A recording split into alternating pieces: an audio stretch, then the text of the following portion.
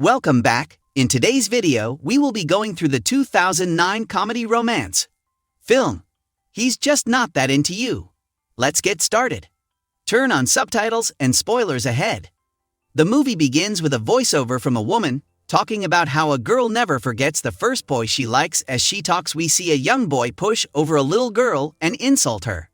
When she tells her mom what happened, her mom just tells her that the boy did that because he likes her.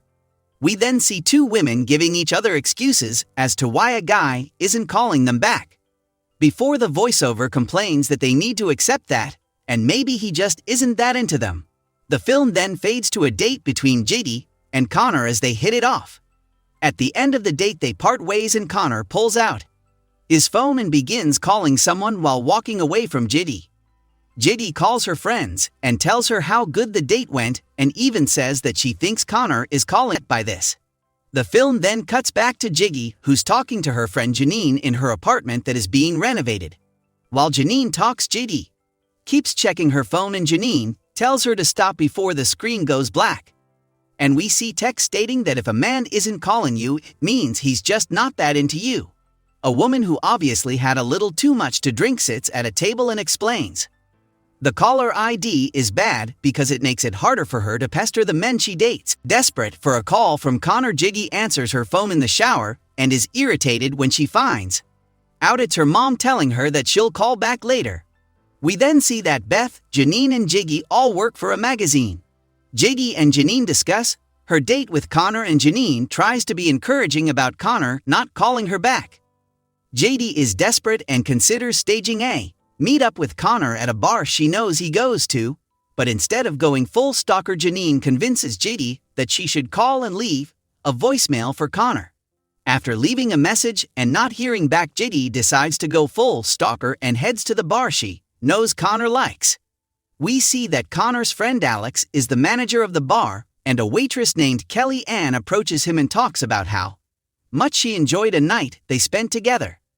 Alex politely rejects her and tells her that they're just co-workers. Gigi then shows up and heads to the bar to look for Conor. While there, she talks with Alex, who realizes that Gigi is waiting for his friend. He offers to call Conor and tell him that Gigi is waiting, but Gigi tells him not to before eventually admitting that Conor hadn't called her back after their date and she was hoping to run into him. Alex tells Gigi that if a guy doesn't call back, then it means he's not into her, and that anecdotal examples of happy couples that go against this rule are the exceptions. After a long night of talking with Alex, Gigi has an epiphany and talks to Beth and Janine about how she's the rule but not the exception. The film then cuts to Anna, who is out with her father. That's a bad idea. She then calls Conor and talks about some new ads he wants to do. We then see Beth with her sister and some friends as they try on bridesmaid dresses. The girls try and cheer Beth up about breaking up with Neil. We then see Anna in Ben's office, and she tells him that she's attracted to him. He admits that he's also attracted to her, and tells her about how he only got married to Janine because she gave him an ultimatum. Janine heads to their home and finds an ashtray with some cigarettes, which she assumes is Ben's. We then see Gigi calling Alex and asking for guy advice with her last date.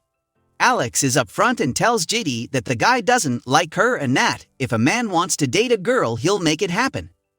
Alex arrives home and talks with Conor about his weird relationship with Anna, since the two are basically dating, except Anna won't sleep with him. The film then cuts to Anna herself teaching a yoga class that Ben is attending. The two say that they're going to just be friends, but Anna quickly makes their relationship close to bed. When Ben arrives home, Janine confronts him about the cigarettes, but he promises her that they aren't his and says that they probably came from the construction workers. Back to Gigi, we see her making out with a guy she's on a date with. He tells her that he's going to be out of touch for a bit while he's away on a trip.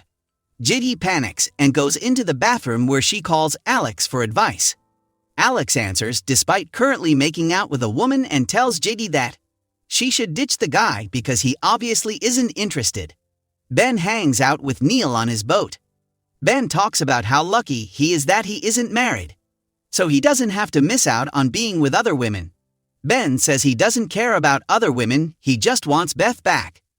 Gigi is invited to a double date with Alex. However, He tells her that he accidentally got dates mixed up with his friend, so it'll just be the two of them. Janine questions her foreman about if any of the workers are smoking, and he tells her that none of them smoke on site. Conor hosts an open house and gets advice from some gay guys about what to do with Anna. Then we get an anecdote and the two kiss. Mary and Conor meet in person at a restaurant for the first time and hit it off. Neil proposes to Beth, and the two get married on Neil's boat. We then see home video style interviews with all of the different characters as they talk about how their lives have changed with their relationships, and the credits start to roll. Subscribe for more videos like this. Turn on the notification and leave a like to help the channel out. Thank you for watching.